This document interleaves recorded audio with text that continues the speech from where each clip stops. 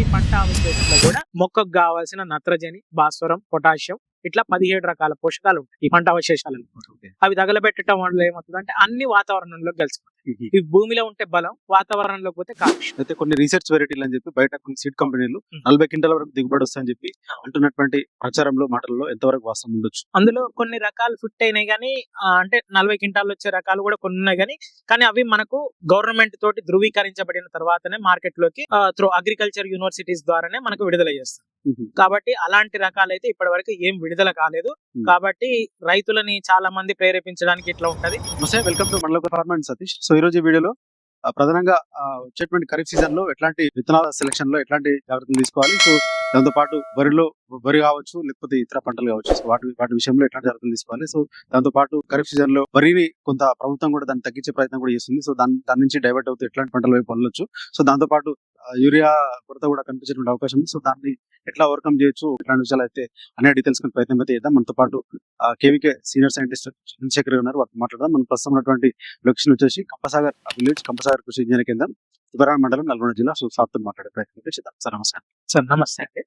Sir ఇప్పుడు రాబోతున్నటువంటి kharif season లో జనరల్ గా విత్తన సెలక్షన్ ఎట్లా ఉంటుంది? వరిలో మేజర్ ఎట్లా సెలెక్ట్ చేసుకోవాలి? జనరల్ గా మార్కెట్ లో వివిధ రకాలైనటువంటి రకాలు ఉన్నాయి. సో వాటిలో రీసెర్చ్ వెరైటీలు అని అవన్నీ ఇవన్నీ కూడా చాలా వరకు బయట కనిపిస్తుంది. సో వాటిలో ఇప్పుడు ప్రస్తుతం వానాకాలం సాగుకు రైతాంగం అంతా సన్నద్ధమైనారు కాబట్టి ఈ సంవత్సరంలో కొంచెం వర్షాలు కూడా తక్కువగా చెప్తున్నారు కాబట్టి ఎల్నినో ప్రభావం ఉంటుందని శాస్త్రవేత్తలు చెప్తున్నారు. కాబట్టి మనకి దానికి తగ్గట్టుగా వాటర్ తక్కువ వాడాలంటే తక్కువ డ్యూరేషన్ ఉన్న షార్ట్ డ్యూరేషన్ వెరైటీస్ సెలెక్ట్ చేసుకోండి.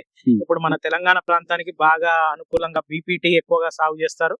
అదే సెగ్మెంట్ లో ఉన్న KNM 1638 అనే రకం కూడా బాగా సాగు చేస్తారు. మన నల్గొండ జిల్లాకు సంబంధించి KNM 1638 అనే రకం ఇది చూసుకున్నట్లయితే కూనారం రీసెర్చ్ స్టేషన్ నుంచి డెవలప్ అయింది.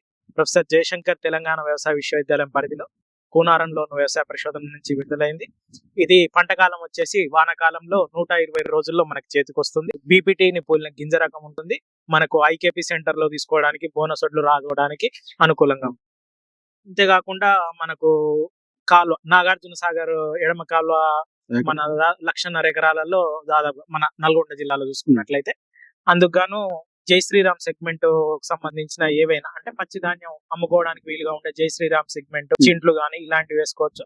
ఇందులోకి వచ్చినప్పుడైతే యూనివర్సిటీ నుంచి విడుదలైన JGL 27356 జగిత్యాల నుంచి విడుదలైన ఈ చింటు రకం 130 నుంచి 135 రోజుల్లో మన పంట చేతికి వస్తుంది. ఇది కూడా మనం మిల్లింగ్ చేసేటప్పుడు మార్కెటింగ్ లో మనకి ఎలాంటి ఇబ్బంది ఉండదు.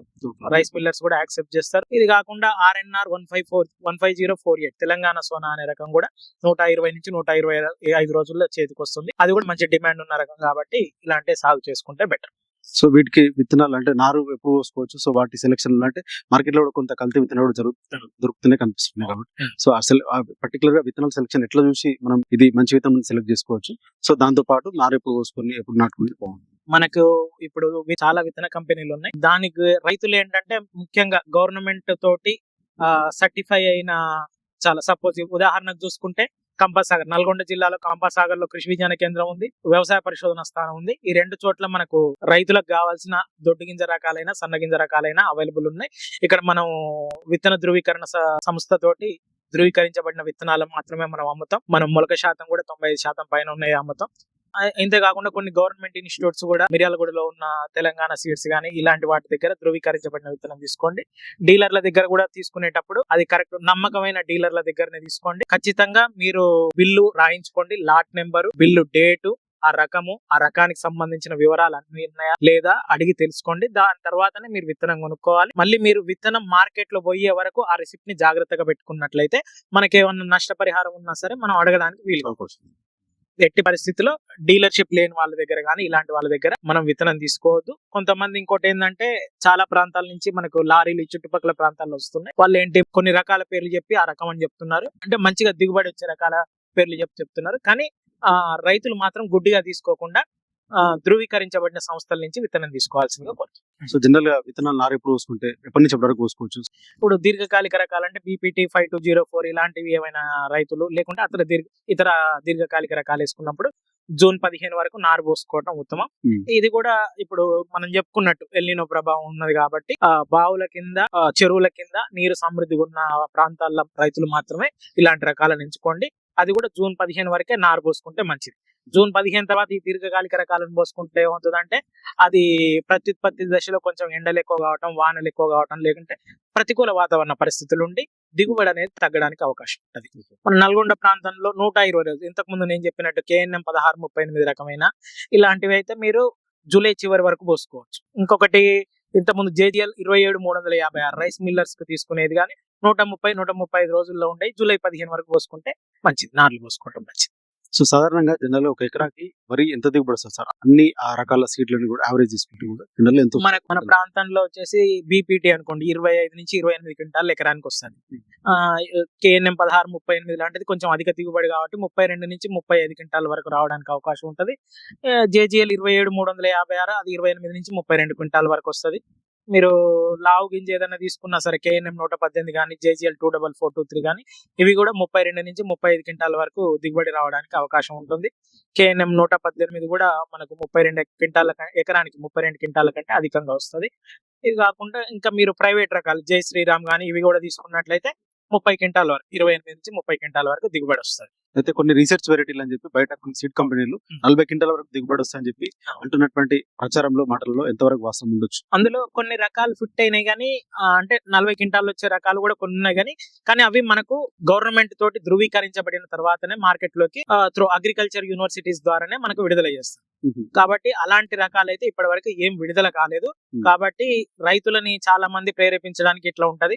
మీరు సపోజ్ ఇప్పుడు ఒక రకము మన మినికిట్ దశలో ఉంది KNM 12510 అది మాకు మినికిట్ లో మంచి రిజల్ట్స్ 40 క్వింటాల వరకు కూడా దిగుబడిని చూపిస్తుంది. 40 క్వింటాలు ఒక్కోసారి 72 బస్తాలు అంటే ఎకరానికి 49 క్వింటాల దిగుబడిని కూడా మినికిట్ ద్వారా మేము చూసినాము.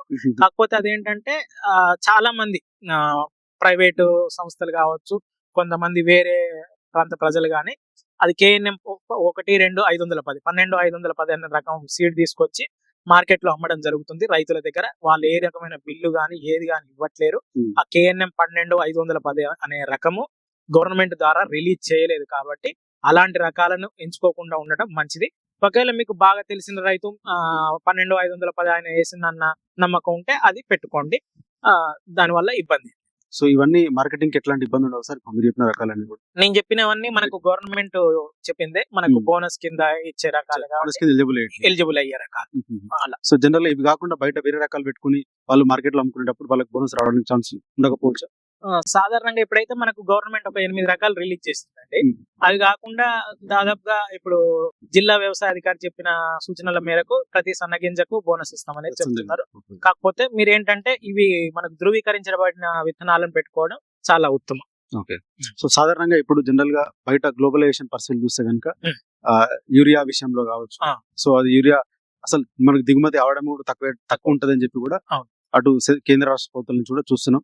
సో దాంట్లో యూరియా అంటే వరిలో యూరియా తగ్గించుకోవాల్సిన సందర్భం అవసరం ఏమైనా ఉంటున్నాయా? సాధారణంగా ఒక ఎకరాకి ఎంత యూరియా వాడుకోవచ్చు? నానో యూరియా ఏమన్నా యూజ్ఫుల్ అవుతుందా? ఇప్పుడు మనకు యూరియా తగ్గించుకునే మార్గాలంటే మనం మొదటి నుంచి నేల యొక్క యాజమాన్యం ఖచ్చితంగా చేపట్టాలి ప్రతి రైతు.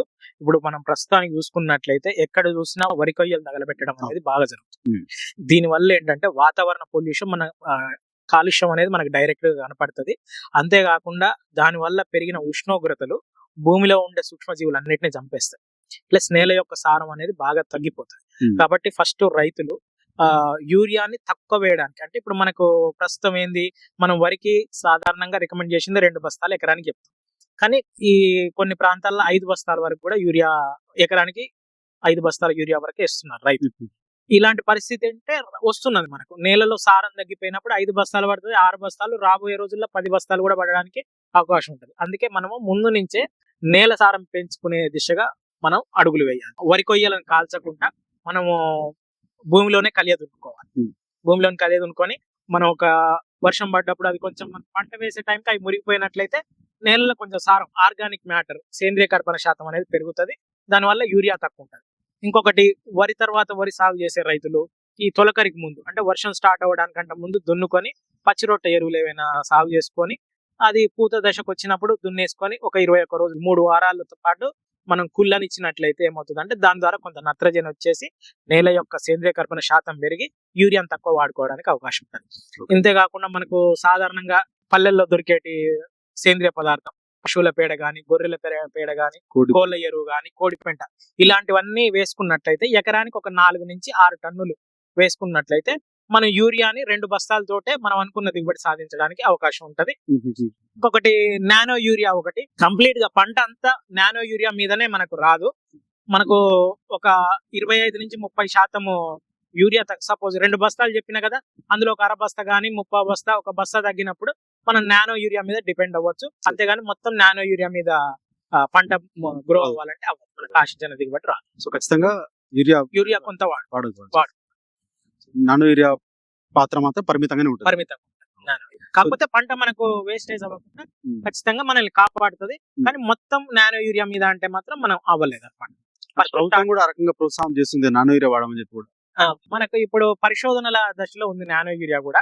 మనకు తెలిసినంత వరకు ఏంటంటే మనకు ఇఫ్కో వాళ్ళు కూడా చెప్పేది, స్టార్టింగ్ మనం ఇచ్చే యూరియాని సాధారణ యూరియా రూపంలోనే ఇచ్చేసి తర్వాత 2 సార్లు ఈ నానో యూరియాని స్ప్రే చేసుకోమంటున్నారు. అలా చేసుకున్నట్లయితే కొంతవరకు ఉపశమనం ఉంటది. అంతేకాకుండా మొత్తం నానో యూరియా మీద అంటే మాత్రం దిగుబడులు రా. అది కూడా పరిశోధన దశలో ఉంది. మనకు ఒకవేళ పరిశోధనలు కరెక్టే అని యూనివర్సిటీ నుంచి వస్తే మనం మొత్తం నానో యూరియాని కూడా ప్రమోట్ చేయడానికి అవకాశం ఉంటుంది. సార్, సాధారణంగా ఇప్పుడు ఎక్కువ మొత్తంలో ఏకాంత విసనంలో నీటి లభ్యత ఉన్నా కూడా ఎక్కువ మొత్తం వరి వైపు చాలా మంది రైతులు. సో అట్లాంటి సందర్భంలో ఇప్పుడు ప్రభుత్వం కూడా అటు కేంద్ర ప్రభుత్వం కావచ్చు, రాష్ట్ర ప్రభుత్వం కావచ్చు, వరి నుంచి డైవర్ట్ చేసేందుకు ఉద్యానవన పంటల వైపు కావచ్చు, ఇతర పంటల వైపు డైవర్ట్ చేయడానికి ప్రోత్సహిస్తున్నట్టుగా కనిపిస్తుంది. సో దాని గురించి ఏం చెప్తారు? అసలు వరి సాగు అంత అవసరం ఉంటుందా? అసలు మనం చూసుకున్నట్లయితే దేశంలోనే మన తెలంగాణ అనేది అత్యధిక వరిని పండించే రాష్ట్రంగా. తెలంగాణలో చూసుకున్నట్లయితే నల్గొండ జిల్లా అనేది అత్యధికంగా పండిస్తుంది. మనకు ప్రతి సంవత్సరం తెలంగాణలో 40 లక్షల మెట్రిక్ టన్నుల వరి ధాన్యం అవసరం ఉంటే మనం 170 లక్షల మెట్రిక్ టన్నుల వరి ధాన్యాన్ని పండిస్తుంది. అంటే కావాల్సిన దానికంటే 4 రెట్లు అధికంగా పండిస్తున్నాం. దీని వల్ల ఏమవుతుంది, మార్కెట్ లో ఉన్న మార్కెట్ సదుపాయాలు కూడా సరిపోవట్లేదు. ముఖ్యంగా ఏంటంటే పెరిగిన నీటి వనరులు గాని, నీటి వస్తువులు గాని, మార్కెటింగ్ వల్ల చాలా మంది రైతులు వరి వైపు వెళ్తున్నారు. ఇప్పుడు వరి ధాన్యం అనేది ఏంటంటే మనది రికార్డు దాటేసి ఎక్కువ వెళ్ళిపోవడం వల్ల ఉన్న మన మౌలిక సదుపాయాలు కూడా సరిపోక చాలా మంది రైతులు 2 నెలల వరకు కూడా మనకు రోడ్డు మీదనే పోసుకొని ఐకేపీ సెంటర్ లో పోసుకొని ఉంటున్నారు. దానికి ఏంటంటే సదుపాయాలు లేకపోవడం ఇలాంటి ఒక కారణాలు కావచ్చు. కాబట్టి ఇంకొకటి, ఇప్పుడు కావాల్సిన దానికంటే 4 రెట్లు ఎక్కువ పండిస్తున్నాం, ఇక్కడ మనకి మార్కెటింగ్ పరంగా కొంచెం ఇబ్బంది అవుతుంది. రిమైనింగ్ చూసుకున్నట్లయితే మన నూనె గింజ పంటలు గాని, పప్పు దినుసు పంటలు గాని, కూరగాయల పంటలు గాని మనకు కావాల్సిన దాంట్లో 20 నుంచి 25% మనం పండించుకొని మిగతా 75% మనం దిగుమతి చేసుకుంటాం. దీనివల్ల దీని మీద మనం ఖర్చు చేసేది ఎక్కువ అయిపోతుంది. వరికి తక్కువ చెల్లించుకోవాల్సి వస్తుంది, వాటికి ఎక్కువ చెల్లించాల్సి వస్తుంది. మన వాతావరణం గత కొన్ని 15-20 సంవత్సరాల క్రితం చూసుకున్నట్లయితే మన దగ్గర పెసర గాని, మినుము గాని, వేరుశనగ గాని ఇలాంటివన్నీ ఉంది. మన దగ్గర పంటలన్నీ కనిపించింది. అంటే మన వాతావరణం ఇది ఏం చెప్తుందంటే మన వాతావరణం అన్ని రకాల పంటలకు అనుకూలంగా ఉంది. కానీ పెరిగిన నీటి వసతుల ఆధారంగా రైతులు వరికి వెళ్ళిపోయారు. కాబట్టి ప్రతి రైతు వరి పంటతో పాటు కంది గాని, పెసర గాని, మినుము గాని, నూనె గింజ పంటలైన వేరుశనగ గాని, మొక్కజొన్న కూడా మంచి డిమాండ్ ఉంటుంది, అది గాని. లేకుంటే నీటి వసతి తక్కువ ఉన్నప్పుడు, ఇప్పుడు చెప్పుకున్నాం కదా ఎల్నినో ఎఫెక్ట్ అనుకున్నాం కదా, నీటి తక్కువ ఉన్నప్పుడు మిల్లెట్స్ అంటే చిరుధాన్య పంటలైన జొన్నలు గాని, సజ్జలు గాని ఇలాంటివి పెట్టుకున్నప్పుడు ఏంటంటే వాటికి ఈ మధ్య కాలంలో మార్కెట్ డిమాండ్ కూడా ఎక్కువ ఉంది. మనం డైరెక్ట్ మార్కెట్ లో సేల్ చేసుకునే అంత కెపాసిటీ కూడా ఉంది. కాబట్టి రైతులు ఇలాంటివి చేసుకోండి. కాకపోతే వరితో పోల్చుకున్నప్పుడు కొంచెం శ్రమ అనేది ఎక్కువ చేయాల్సి ఉంటది. కాబట్టి మీకు ఆశించిన తక్కువ పెట్టుబడితోటి మంచి దిగుబడిని వచ్చే పంటలు అన్నమాట. కాబట్టి రైతు కేవలం ఒక్క పంట మీద ఆధారపడకుండా 4-5 రకాల పంటలను సాగు చేసినప్పుడు ఇందాక మనం చెప్పుకున్నట్టు ఇది యూరియాని రాబోయే కాలంలో యూరియాని తగ్గించడానికి కూడా అత్యుత్తమమైన మార్గం. కాబట్టి ప్రతి రైతు పంట మార్పిడిని పాటించండి. పంటల వైవిధ్యీకరణ, ఒకే రకమైన పంట కాకుండా అన్ని రకాల పంటలు పండించినప్పుడు మనకు మార్కెటింగ్ సదుపాయం ఈజీగా ఉంటది, మన గృహ అవసరాలకు కూడా మంచిగా. ముఖ్యంగా ఈ పత్తి సాగు చేసే రైతులు కానీ, కంది సాగు వర్షాధారంగా సాగు చేసే రైతులు తేలికపాటి నేలలు ఉన్నప్పుడు ఒక వారం రోజుల వ్యవధిలో 50 నుంచి 60 మిల్లీమీటర్ల వర్షపాతం, అంటే ఒక వారంలో 50 నుంచి 60 మిల్లీమీటర్ల వర్షపాతం పడ్డ తర్వాతనే మనకు సోయింగ్ విత్తనం అనేది విత్తుకోవాలి. ఒకవేళ మధ్యస్థ బరువు నేలలు ఉన్న, అంటే మధ్యస్థ నల్లరేగడి నేలలు ఉన్న రైతులు 60 నుంచి 70 మిల్లీమీటర్ల వర్షపాతం పడ్డప్పుడు మాత్రమే మనం విత్తనం అనేది విత్తుకోవాల్సి ఉంటుంది. జూలై 15 తర్వాత కంది గాని పత్తి గాని విత్తుకున్నప్పుడు వరుసల మధ్య దూరం తగ్గించడం, మొక్కల మధ్య దూరం తగ్గించి విత్తుకున్నట్లయితే అంటే కొంచెం ఒత్తుగా విత్తుకున్నట్లయితే మంచి దిగుబడులు ఉంటాయి. దీంతో పాటు పెసర కందిని అంతర పంటగా సాగు చేయటం, పత్తితో పాటు కందిని అంతర పంటగా సాగు చేసినప్పుడు ఖచ్చితంగా మనకు అదనపు దిగుబడి, అదనపు ఆదాయం వచ్చే అవకాశం ఉంటుంది. ఇంకొకటి మనం చెప్పుకున్నట్లు కందిలో చూసుకున్నట్లయితే PRG 176 పాలెం పరిశోధన స్థానంలో దొరుకుతుంది. ఇది మనం తీసుకుంటే 130 రోజుల్లో మనకు పంట చేతికి వస్తుంది. మామూలుగా వేరే రకాలు ఏదైనా చూసుకుంటే 155, 160 రోజుల్లోకి వచ్చేస్తే ఈ PRG 176 అనేది 130 రోజుల్లో వస్తుంది. కాబట్టి అలాంటిది తీసుకోండి. పత్తి సాగు చేయాలనుకునే రైతులు, ఇప్పుడు పత్తి అంటే మనకు అన్ని ప్రైవేట్ కంపెనీస్ మీరు కొంచెం దగ్గరగా అంటే రెండు వరుసల మధ్య 90 సెంటీమీటర్లు, మొక్కల మధ్య 15 సెంటీమీటర్ల నుంచి 30 సెంటీమీటర్లు ఉండేటట్టు విత్తుకున్నట్లయితే మనకు నవంబర్ వరకు మనం పంట హార్వెస్ట్ చేసుకున్నా గానీ మనకు ఆశించిన దిగుబడులు రావడానికి అవకాశం. జనరల్ ఉరికాయలు కాల్చడం అప్పుడప్పుడు కాల్స్తే ఏం కాదు, స్టెరిలైజేషన్ కూడా చేస్తుంటారు. బయట దేశాలలో జరుగుతుంది, భూమిని కూడా వేడేసినట్టు ఉంటది. దాంట్లో ఉన్న అది కూడా స్టెరిలైజేషన్ కాన్సెప్ట్ కూడా ఉందని కూడా అంటున్నారు. సో దాని గురించి ఎంతవరకు వాస్తవం అదేంటి? ఇది ఒక అంటే మనకు పురుగుల అవశేషాలు గాని, శిలీంధ్రాల అవశేషాలు గాని అలాంటివన్నీ కాలిపోతాయి అనేది మనకు తెలిసిన నిజమే. కాకపోతే దాంతో పాటు పంటకు ఉపయోగపడే అనేక రకాల సూక్ష్మజీవులు చనిపోతాయి. మంచి కంటే చెడు ఎక్కువ జరుగుతుంది. మంచి కొంత జరుగుతుంది. కాకుండా రైతులు ఏం చేయాలంటే కొంచెం లోతు దుక్కులు చేసుకోవడం బెటర్. ఈ లోతు దుక్కులు తగలబెట్టడం బదులు లోతు దుక్కులు చేసుకున్నట్లయితే ఈ పురుగులకు సంబంధించిన కోశస్థ దశలు గాని, శిలీంధ్రాలకు సంబంధించిన కోశస్థ దశలు గాని మనకి ఎండకి ఎక్స్పోజ్ అయిపోయి భూమి లోపల ఉంటాయి. కొంచెం ఆ లోతు దుక్కులు చేసుకున్నప్పుడు ఎక్స్పోజ్ అయ్యి అవి చనిపోవడానికి అవకాశం ఉంటది. లోతు దుక్కులు అనేది ఉత్తమ మార్గం. అంతేకాకుండా లోతు దుక్కులు ఏంది, వర్షం కురిసినప్పుడు ప్రతి నీటి బొట్టును భూమి లోపలికి ఇంకేటట్లు చేసుకొని భూగర్భ జలం అనేది పెరుగుతుంది అనమాట.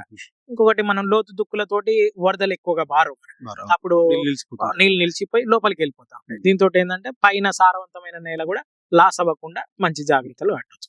పంట బర్నింగ్ కంటే, పంట అవశేషాలని తగలబెట్టడం కంటే లోతు దుక్కులు చేసుకోవడం అనేది ఉత్తమం. పంట అవశేషాలని ఎట్టి పరిస్థితుల్లో తగలబెట్టడం.